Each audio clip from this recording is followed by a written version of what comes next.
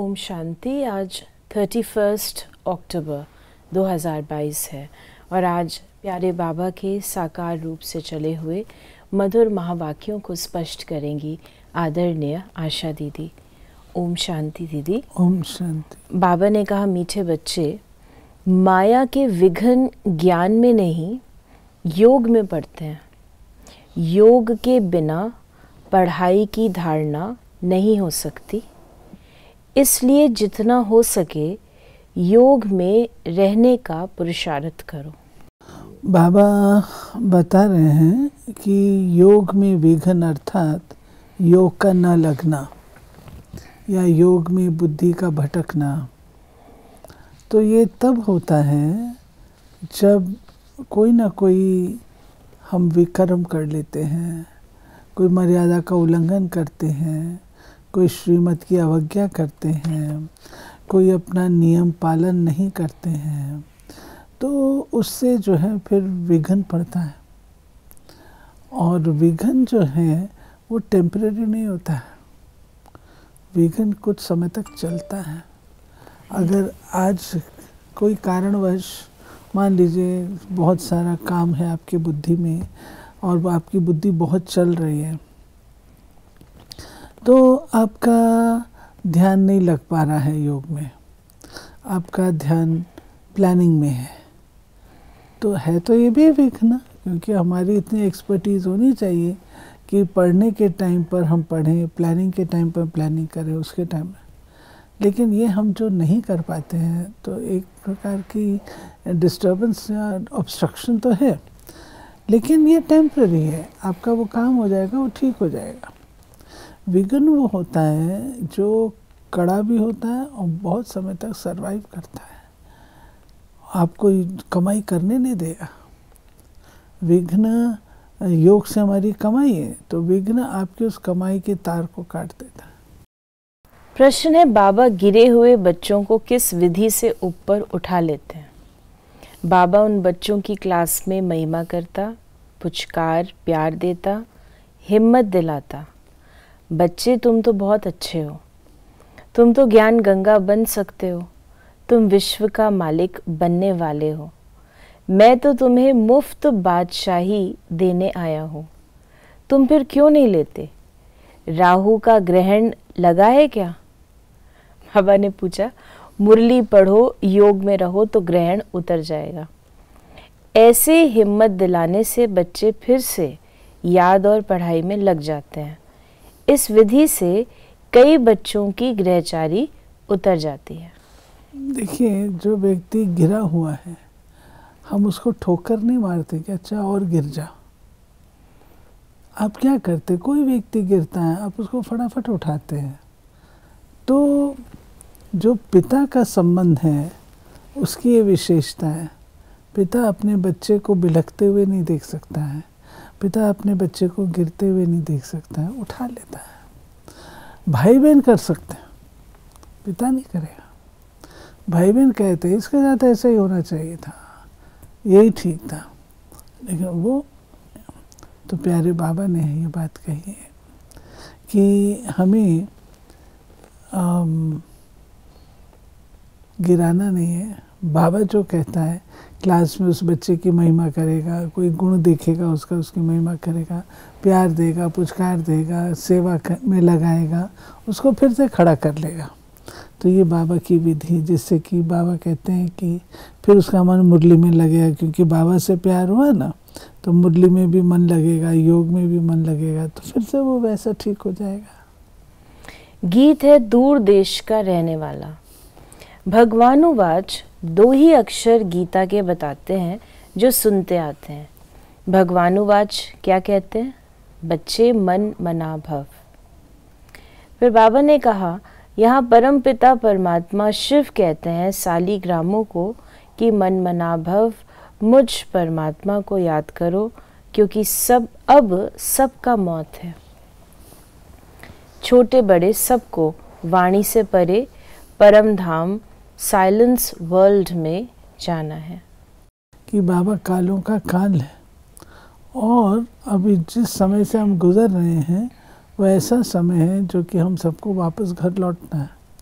तो घर लौटना है तो हमको अपने आप को तैयार करना है ताकि हम शुद्ध पवित्र बन कर के वापस लौटें। बाबा ने कहा कि सब नंबरवार आते हैं।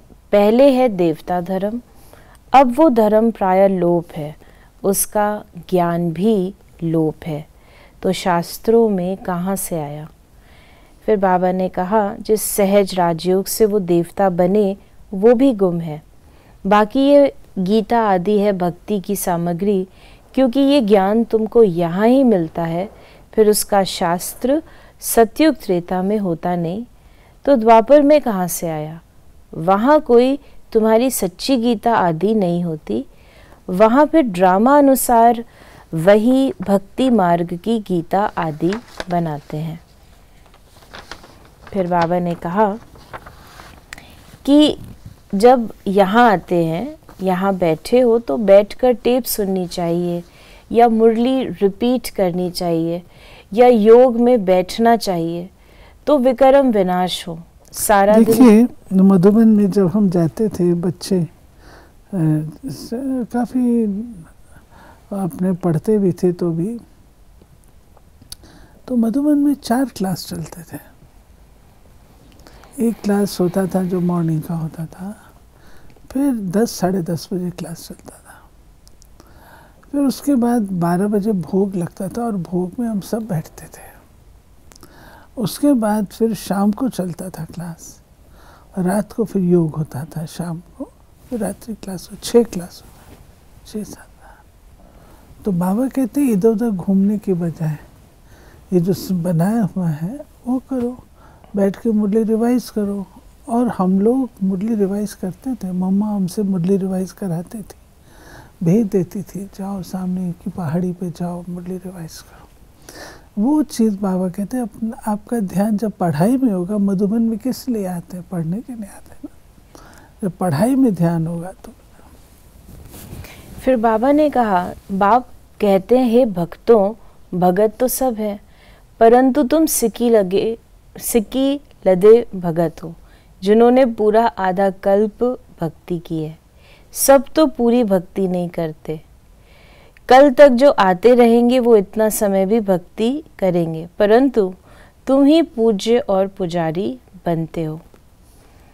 फिर बाबा ने कहा कि वो भी बच्चों से मालूम पड़ जाता है, जो बच्चे बनते हैं श्रीमत पर चलते हैं, समझते हैं ये हमारे कुल के हैं, जिनको पूरा निश्चय है कि हमको परमात्मा पढ़ाते हैं, वो हैं सगे बच्चे। सगे बच्चे बलि चढ़ते, लगे बच्चे नहीं चढ़ते, इसमें डरना नहीं है। बाबा कहते हैं सगे बच्चे और लगे बच्चे, मातेले और सौतेले। जो मातेले हैं वो आज्ञाकारी हैं, जो सगे बच्चे हैं वो आज्ञाकारी हैं। आज्ञा कौन सी है बाबा की?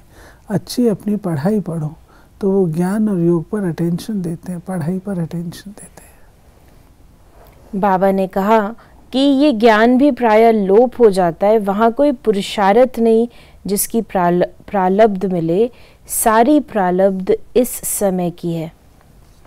फिर बाबा ने हम बच्चों को कहा कि योग ठीक नहीं होगा तो सुनने समय खुश होगा, परंतु ठहरेगा नहीं, पवित्र नहीं होगा तो ठहरेगा नहीं, इसमें किसका वश नहीं। ये शास्त्रों का ज्ञान नहीं है, ये तो सभी कंठ, वो तो सभी कंठ कर लेते हैं, ये तो पढ़ाई है 21 जन्मों के लिए। वहाँ भल बाप के तख्त पर बैठेंगे, परंतु वो भी यहाँ की कमाई की प्रालब्ध है। देवताएं 1-2 को वर्षा नहीं देते, इसलिए बाप कहते हैं मुझे याद करो, मौत सामने खड़ा है। फिर बाबा ने कहा कि अपने को अकेला आत्मा निश्चय करो और मेरे को याद करो, तो विक्रम विनाश हो जाएंगे और कोई रास्ता नहीं है। हम लोग एक रमणीक प्रश्न पूछा करते थे, क्या आप दिन में 5 केले खा सकते हैं? तो 5 केले कौन से हैं? अकेला बाबा ने जो कहा ना, मैं अकेला हूँ, अकेला आया हूँ, अकेला जाना है, अकेले में बैठ के अकेले बाबा को याद करना। ये 5 केले। तो बाबा ने हम बच्चों को कहा कि गिरने वालों को भी उठाएंगे।